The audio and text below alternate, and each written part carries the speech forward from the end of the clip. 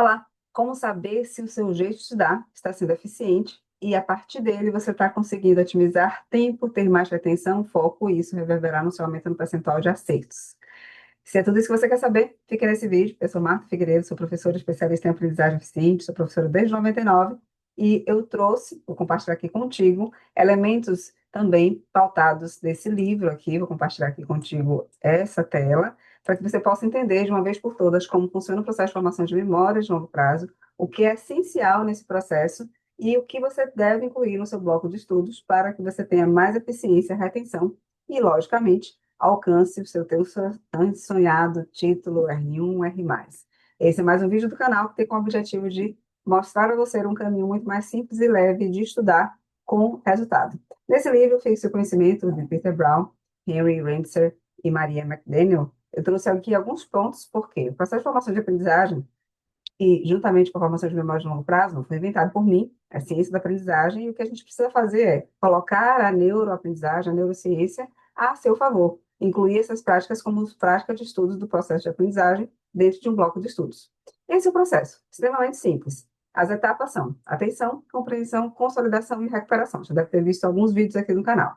O que eu chamo muito a atenção constantemente é que muita gente baseia os estudos em questões, ou faz um volume grande de questões. Aqui na página 15, os autores trazem a seguinte informação: os testes criam estresse adicional para os alunos e dão uma falsa medida de domínio de conteúdos e assim por diante. O que eu quero dizer é o seguinte: as questões são necessárias? Sim, elas são necessárias, mas fazer 100, 150, 200 questões por dia, 80, 50, isso pode gerar estresse e o principal, etapas essenciais do processo de formação de memória são deixadas de fora. É exatamente isso que a gente não quer e é exatamente isso que você não precisa. Portanto, é necessário fazer questões numa medida certa, dentro da sua rotina, só que a essência está nesse passo a passo daqui, da atenção e da compreensão.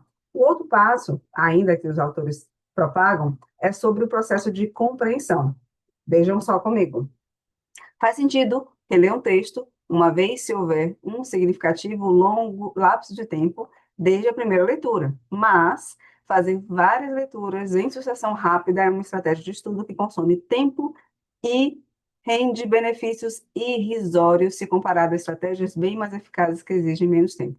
Então, né, não sou eu que estou falando. Meter a cara nos livros é uma forma prática intensiva que tem sido comparado ao comer exagerado para em seguida vomitar. Logo, no processo de compreensão tem vários mecanismos. Você pode utilizar a leitura, você pode utilizar uma videoaula, você pode utilizar uma aula presencial, você pode utilizar uma apostila, mas nunca disso redundantemente. E lembrando que reler atrapalha o processo de aprendizagem.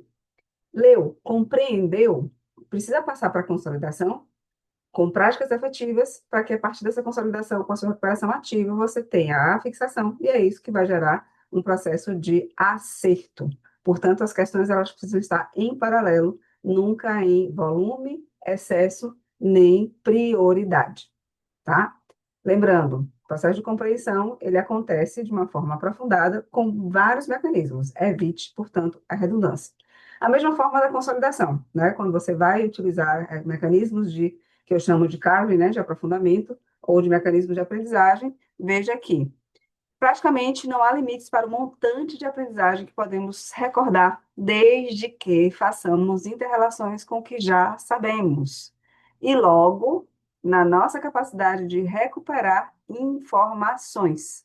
E aí, por isso que todas as técnicas de consolidação, existem dezenas de técnicas, eu digo muito com muita veemência aqui nesse canal, porque muitas pessoas falam assim para mim o seguinte: Marta, eu odeio flashcard. Flashcard é uma das diversas técnicas. Quando feita por você, todas as outras técnicas têm os mesmos princípios. É feita com a atenção ativada, é feito por você o registro, de acordo com o que você compreendeu. Você precisa criar pistas, que alguns autores chamam de gatilhos de consolidação, e precisa ser ativo. Ativo não é escrever, tá? Então, quando você tem todos esses processos, você consegue utilizar esse mesmo registro para recuperar. Resumo não é estratégia de consolidação, tá? Anotação não é estratégia de consolidação. O que é que você vai fazer com o resumo depois? Reler? Você já sabe que reler atrapalha o processo de memorização. Toda vez que você relê algo que você já entendeu, a releitura como forma de você retomar algo para compreender melhor os detalhes, tudo bem. Mas se você já entendeu, você fez o seu resumo, e você relê, você está dando inconscientemente o comando para o seu cérebro que aquilo você já sabe que você tem um mecanismo de consulta. Então, você não precisa memorizar, porque você só está consultando, principalmente se for com aqueles grifos destacados, né? Ele serve especificamente, restritamente para consulta. Você precisa de um registro que lhe permita recuperar posterior, de forma ativa, breve e intercalada. E é exatamente aí que a memória de longo prazo é formada, e é aí que muita gente pula, se embola, ou simplesmente elimina. Voltando aqui, todas essas páginas desse mesmo livro, desse mesmo autor, que refala. Refala o quê? Fala. A prática espaçada que permite a ocorrência de algum esquecimento entre sessões fortalece tanto a aprendizagem quanto as pistas e as rotas para uma recuperação rápida quando é essa aprendizagem. Toda vez que você recupera ativamente no momento certo, na ordem certa, em dias específicos, esqueça o 7, 14, 28, 30, 60. Quem foi meu aluno lá em 2003, eu admito que a gente ainda usava esse mecanismo para fazer as recuperações espaçadas. Porém, nos últimos anos, já se foi observado que o que é muito mais importante é o número de vezes que você recupera ativamente aquela informação, e não a quantidade de dias. Não há diferença significativa se você faz a sua segunda ou terceira recuperação no dia 15, 16, ou 17 ou 18. E aí, especificar um dia pode ser uma tragédia para quem trabalha com plantões, para quem trabalha com horários sem rotina, porque vai cair aquele dia justo no dia que se dá plantão, e aí?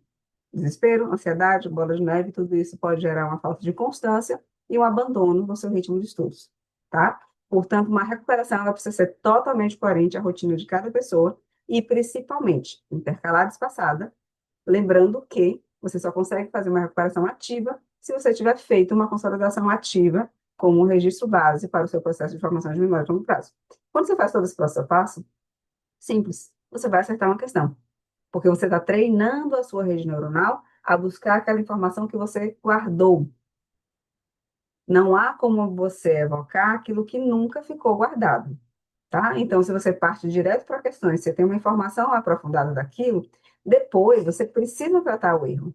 E aí passar por todo o processo de consolidação. Ok, existe estratégia para você fixar. As questões, elas sempre vão ser mecanismos de checagem de compreensão ou de checagem de recuperação. Então, as questões, inclusive, podem estar ali no segundo pilar. Se você utiliza as questões no segundo pilar, todo o passo a passo precisa ser seguido para se formar uma memória de longo prazo para você aumentar o número de percentual de acertos. Logo, não é a repetição de questões, assim como não é a repetição da leitura, que forma a memória de longo prazo. Espero que você esteja cumprindo todas as etapas, fazendo todos os seus mecanismos de colocar o seu cérebro no modo investigativo para ativar o seu foco atencional. Você tenha TDAH, TDA, não tendo, você sempre precisa colocar a sua atenção ativada para começar por todo o processo. É como quando você vai para a academia e vai fazer a sua série, você precisa antes preparar o seu músculo para ter um melhor desempenho naquela atividade física. Se você vai fazer uma atividade mental, intelectual, você precisa preparar o seu cérebro, o seu músculo, para ter o melhor desempenho no processo de compreensão, consolidação. Logicamente, você não vai somente entender, porque se você só entende e pula as etapas da consolidação e recuperação, você vai esquecer. Mas se você entende, consolida, recupera para fortalecer a consolidação, é exatamente isso que faz você fixar.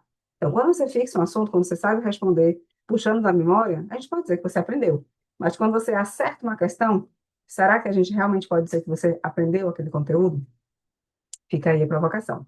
Portanto, se é isso que você quer saber com um direcionamento, você pode ler o livro, ter todo esse acesso e buscar entender como funciona em você mesmo, ou caso você queira um acompanhamento personalizado nos seus estudos, de acordo com os seus objetivos, dentro da sua rotina, do seu prazo, de prova, de dia, de horário, com a direcionamento com os seus pontos fortes, com os seus pontos fracos, minimizando as ameaças e fazendo com que você tenha uma evolução constante. Vai ser um prazer acompanhar a sua evolução nos estudos e na aprendizagem. Deixa o seu like aqui no canal, e quiser falar diretamente comigo, clique aqui no link abaixo, que a gente vai conversar sobre os seus próximos passos.